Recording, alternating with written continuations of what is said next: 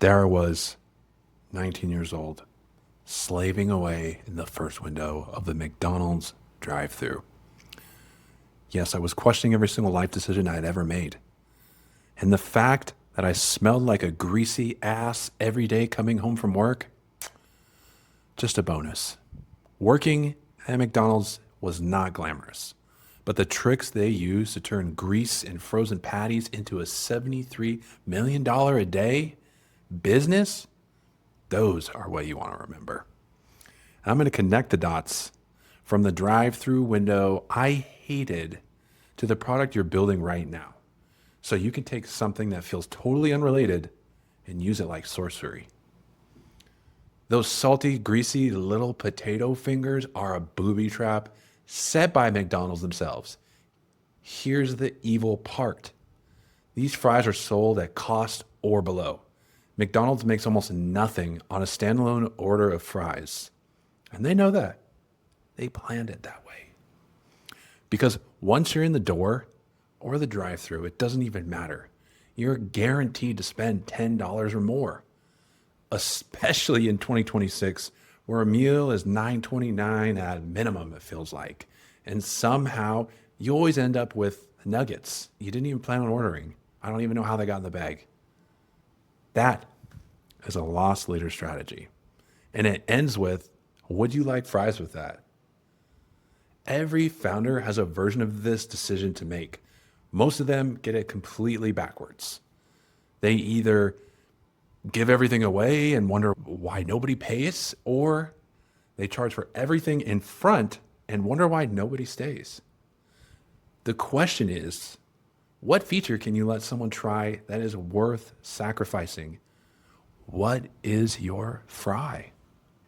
The psychology here is that the user has to feel like they've got what they came for. They taste the thing. They make a little bit their own. And then the next step, paying. It feels so natural. It's like exhaling. It's not a decision, just a continuation. That's the loss leader working exactly as designed. McDonald's sells 75 burgers every second. Their entire menu is an anchor, not a list. The Big Mac isn't necessarily their most profitable item, but it's the reference point that makes everything feel reasonably priced. Once you've accepted $6.72 is normal for a sandwich, upgrading to a meal for $9.29, that shit's basically free, right? Your stomach craves salt, sugar, and fat like a drug addict. The business is a genius. When I was taking orders in that first window, the people who ordered a combo had absolutely no problem adding an item or two. No problem.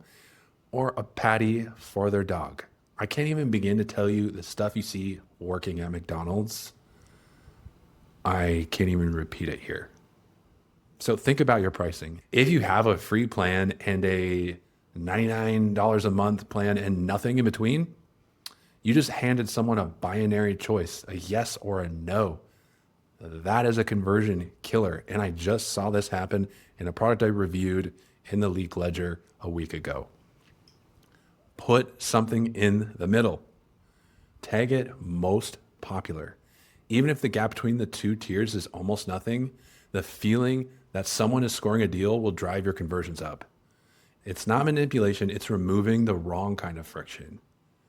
The neuroscience is called the Decoy effect. Humans are terrible at evaluating value in isolation. We evaluate by comparison. Give people something to compare against, and they'll almost always land in the middle. McDonald's has known that for 70 years. Your pricing page probably hasn't.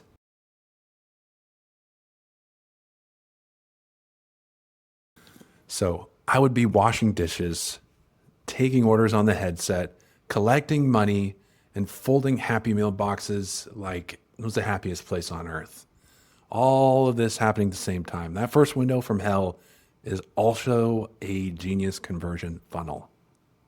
The drive-through sequence is one of the most optimized purchase flows built for a physical space.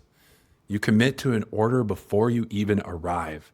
You move the funnel with momentum. By the time someone pulls up to my window, the decision is locked in. There's no going back. At least I don't let them think that, because I ain't trying to count the change. There's no menu to stare at. There's just paying and moving on forward. Most digital products do the exact opposite, really. They give people too much time, too many options, and too many exits before any commitment happens. Whenever someone pulled up and I gave them too much time or space to second guess, they changed their order, which is why McDonald's tracks drive-through speed obsessively. Speed is their magic sauce, but not as magical as the sweet and sour sauce. What you want to do is give users a fast path, less time to think before that first action. One next step, not 5. The moment they hesitate, the chances of you losing them goes right up like a rocket. The psychology is called decision fatigue. So every extra choice costs mental energy. Whether you realize it or not, your brain does. By the time someone reaches your paywall, having already made 30 micro decisions in your onboarding, they're exhausted. They're exhausted. And exhausted people, they don't upgrade. They close the tab. So, one page, one CTA, one next step. And if they have to think, you might just lose them. So I got to know this. Has anyone ever ordered a McGangbang or a McChub? Their whole secret menu at McDonald's that nobody officially designed, the kitchen becomes a laboratory whether they planned it or not. And some of the best things that came out of it started as accidents. Your product needs the same laboratory. The best features almost never come from the product roadmaps. They come from watching what users do when you're not looking. For example, Slack was built as an internal tool for a gaming company. The game flopped, but the chat tool that was made from all of that was just built to communicate. It became Slack. Nobody designed it. They just watched what people were doing and shipped that instead, and look what happened. Little miracles are everywhere. Customization makes people feel ownership over something. That feeling of this is mine or I built this is the stickiest thing a product can ever create. Not onboarding, not a tutorial. The moment a user does something weird with your product that you didn't expect, pay attention. That might be the thing you're looking for.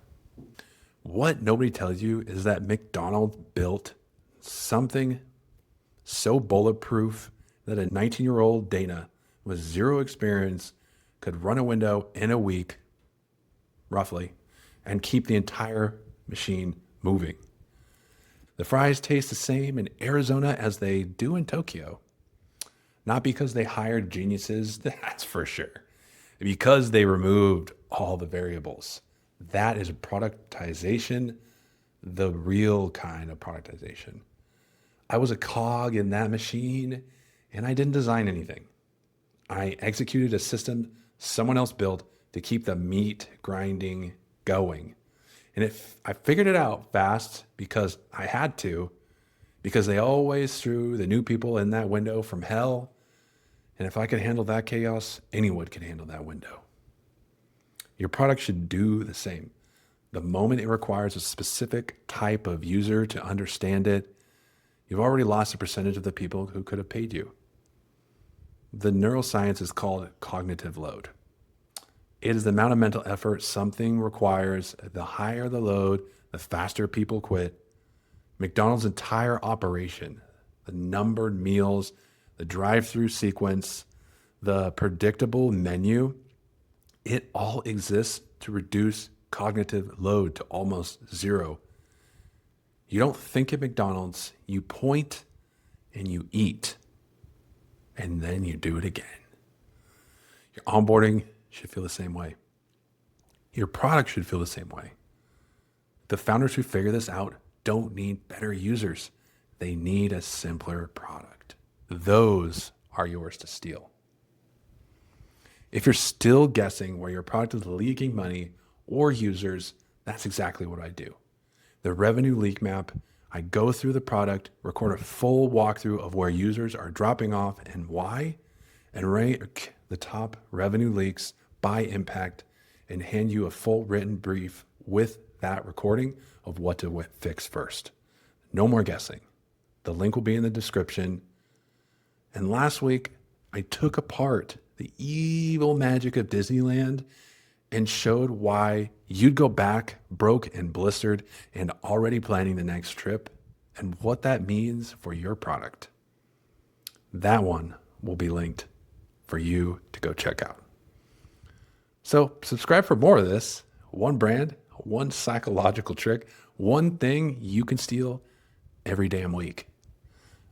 I'm glad I can be your favorite bald, monotone sensei on the internet. Thanks for being here.